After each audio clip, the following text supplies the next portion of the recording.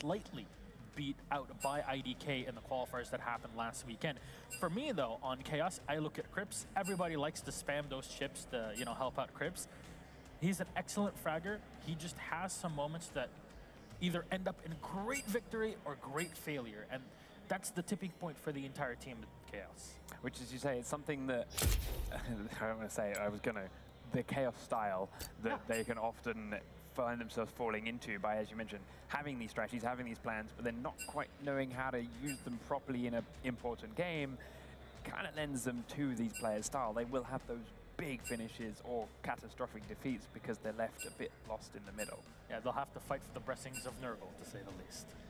Yes, that's true. So let's have a look at where this game is going to take place, as we of course have to pick our 3 maps and find out where and what they're going to compete on. And then of course we need to look at our bans. And I want to quickly dial back to the IDK versus NIP bans, because they stayed very consistent throughout the entire series, largely because they weren't map-specific bans, they were team-specific bans. They knew what their opponents played and how they played and got rid of them. Now these guys, is it sort of thing that we expect to go similar, or are the teams less of a threat and more of the maps the issue?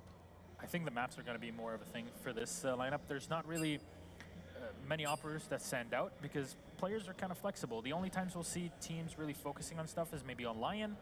Lion might get banned by Chaos because, we see sometimes Goddess on C9 playing the operator. Sometimes she'll play the Thermite. Well, the Thermite will depend on which map, which sites you really want to play.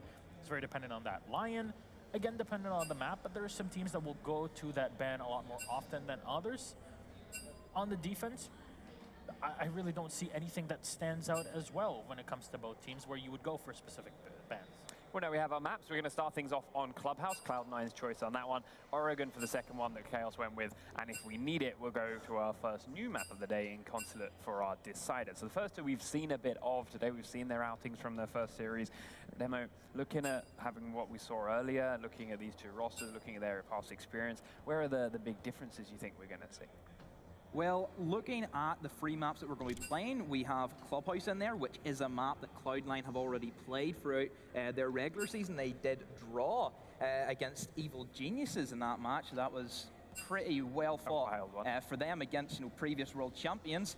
Oregon, no real surprise, a very, very popular map, always has been. I believe it's used where good teams go to die, because I believe it's anybody's map to win. But Consulate, a bit of a curveball, a very big meta map with a lot of creative ideas, every bomb site viable, of course.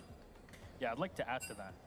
You were talking about specific operator bans, and then as we saw the maps, things came to light. It all kind of settled into place. Yes. Almost planned. As if it were. Jackal is an operator that's played pretty decently by Fox. I think he's an extremely underrated operator in Pro League. Extremely good, brings so much. And then on top of his utility, his great gun, he brings a shotgun secondary. And that shotgun secondary allows you to do so much.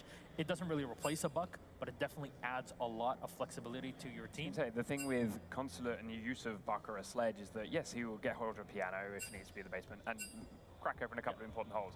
But because it's less of a open everything and hope, it's more of open these specific spots where they have to be. You can do that with a Jackal shotgun. Yes, it's a smaller shotgun, but you don't need the big holes and huge coverage. You just need that little bit. And as you say, Jackal can do that very, very well, and then brings a load of extra to the table. But the question is, do you want to trade that away for grenades, the buck has? It really depends on how you're going to play. Again, if you're saying, oh, it's to knock out bandit batteries or mute jammers or whatever because you're attacking garage, well then, maybe it makes sense to do that, unless you're going to actually contest in the hallway, contest in the bathroom versus smoke that's playing inside of the your lunchroom downstairs. I think Jackal would be great, especially if you might be fearing your opponents roaming around. We saw how NIP played. They basically roamed the entire time, even if they're defending Laundry on Oregon. So, which was their downfall in some situations. But I don't want to get a little way far ahead of ourselves. This is Consulate, this is map number 3 if we even get that far. Let's dial it back to Clubhouse right at the start, which was a 5-0 dominating defense for Ninjas in Pajamas, but then very quickly almost swung back to the same thing for I don't know the other way until that Blitz Rush surprise came out at the end. Do either of these teams have that up their sleeve? Is there a Blitz Rush hidden in one of these squads? You could say so, but I highly doubt it. We've always known that NEP was a team who have capable blitz players, so that is why it did work for them. But I would say that Cloud9 and Chaos, they do like to play on their feet. I would say Chaos is more of the slow, methodical team out of the two. But I'm thinking more of set strategies and more anchor game compared to what we've seen previously. Would you say Chaos are a slow methodical squad because they want to be, or more because once they're in there, they're suddenly panicking and not sure if their strategies are going to work, and trying to figure it out and make it up as they go along? It's as if he used to cast Frolik. Who would have thought? But one thing that I'd like to add to your excellent point, Chris, is... Just a question. Just a question. Well, I'll turn it around into a solution as well, is that the solution that Chaos usually brings for the attack is not the Blitz, it's the Monty. And that's why, if there's a specific ban to go for against Chaos, Montaigne. We have seen some teams ban Monty. It's not the craziest operator to get rid They of. always pick him. That's the thing.